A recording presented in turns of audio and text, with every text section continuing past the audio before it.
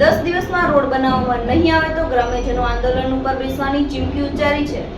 ધારી તાલુકાના હુડલી ગામથી ચલાળા સુધીનો 8 કિલોમીટરનો માર્ગ પાછલા ઘણા વર્ષથી તદ્દન ગંભીર હાલતમાં બની ગયો છે। અનેક વખત રજૂઆત બાદ પણ માર્ગનું કામ કરવામાં આવી રહ્યું ન હોય ગ્રામ્યજનોની ધીરજ ખૂટી હતી અને લોકો એકઠા થઈ 10 દિવસમાં રોડ નહીં બને તો આંદોલનની ચીમકી ઉચ્ચારી હતી। પાછલા 8 વર્ષથી રોડ બિસ્માર હોય ધારાસભ્ય જેવી કાકડિયા, મામલતદાર, પ્રાંત અધિકારી સહિતને લેખિત અને મૌખિક રજૂઆતો કરાઈ હતી।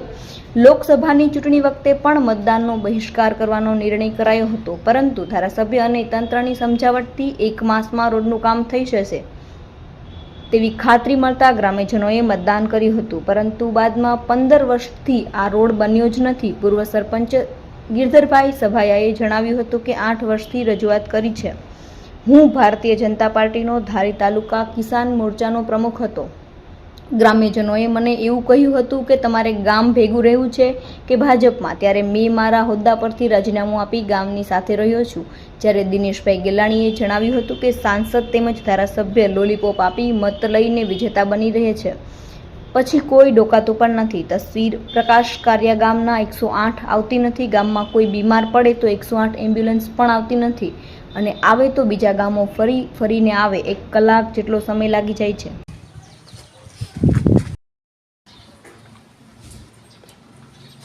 કોડે મરશું અને આમાંય લઈ લેવું બે પા કઈ મિસ્ટેક થાય તો મારી પાસે વાયર છે।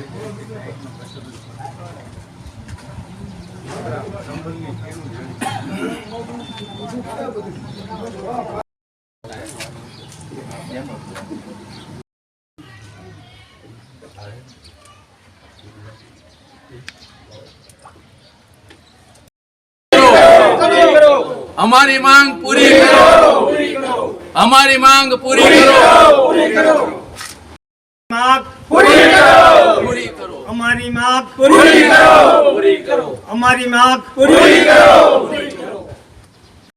એ શું કહેશો? હાલ હું સરપંચ છું, મારું નામ નાનજીભાઈ પુનાભાઈ સોલંકી। ધારાસભ્ય નવા રજૂ કરેલી મેં રોડ માટે, પણ કોઈ પ્રશ્ન આજ દિન 2016માં થયેલો હતો રોડ, ત્યાર પછી કોઈ થીગડા કે રોડ કે કોઈ જાતની કોઈ પોઝિશન કરી નથી। અવારનવાર રજૂઆત કરવા હાલો કે મહિનામાં થઈ જશે, 2 મહિનામાં થઈ જાય, અવારનવાર અમને જવાબ દે છે, પણ કોઈ જાતનો કોઈ નિકાલ આવેલ નથી। જવાબમાં કહે છે હું તમને જવાબને કે આવી ગયું, એજન્સીને આપી દીધું થઈ જાય, એના આજે 8-10 મહિના થઈ ગયા, તોય પણ હજી રોડનું કોઈ જાતનું કોઈ કાંઈ હલચલ થઈ નથી। શું કહેશો? મારું ગામ હુડલી, મારું નામ ગિરધરભાઈ સભાયા। હું જાહેર જીવન વાળો છું। મેં અવારનવાર ઘણી વખત એને રજૂઆત કરી છે, કામ સાથે રહ્યા છે, બહિષ્કારનું આંદોલન કરવું હતું, પણ છતાંય એ સુલેહ સમાધાન કરીને પ્રાંત સાહેબના મામલતદાર એસીએફ સાહેબ આવીને બધું અમને સમજાવી ગયા કે તમારું કામ 15 દિવસ કે મહિનાથીમાં શરૂ થઈ જાય, પણ રોડનું કામ થયું નથી। હજી તો પહેલા મહિનામાં, પછી પહેલી જાન્યુઆરી, પછી જાન્યુઆરી મહિનામાં 2025માં તો ટેન્ડર મંજૂર થયું છે। હજી ટક્સરનું કામ કરવાનું છે, 24 પુલિયા છે દેવળાથી સલાલા સુધી, એ કામ થઈ રહે તો હજી હમણાં તો 15 જૂન બેસી જાય, કામ કોઈ પૂરું થવાનું નથી। પણ અમારી એક જ માંગ છે ગામ લોકોની, ગામ લોકોએ નક્કી કરી લીધું છે કે 8 દિવસમાં રોડ નહીં થાય તો ઉગ્ર આંદોલન કરી અને અમે ગાંધી સિંધ્યા માર્ગે એમાં આંદોલન કરવાના છીએ। આ અમારી માંગ છે, બાકી હવે અમારાથી સહન થતું નથી। અમારે ઘરે સારા સંબંધી નથી આવતા, ગામમાં દીકરા દીકરીને પૌણા હોય ને તો કોઈ જાન લઈને આવા ખુશી નથી, એટલી પરિસ્થિતિ ખરાબ છે ગામ। તમે ક્યાં નેતાઓને રજૂઆતો કરેલી?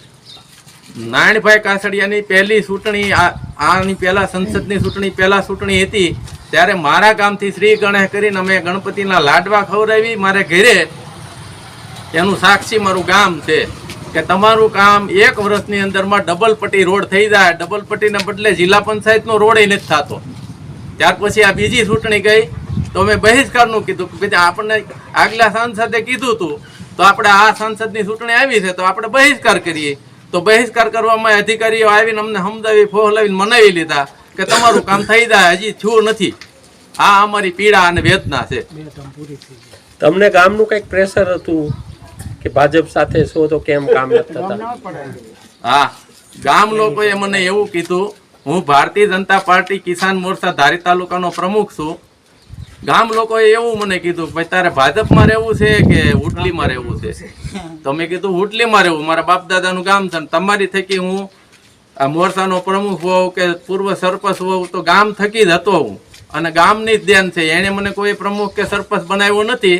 મારી યુનિટી એ જ મારે મહત્વનું છે. એટલે હું ગામ ભેગો છું, એટલે મેં ભાજપમાંથી રાજીનામું ધરી દીધું છે અને હાલ હું ગામ ભેગો છું. ગામ કે એ કરવા હું તૈયાર છું.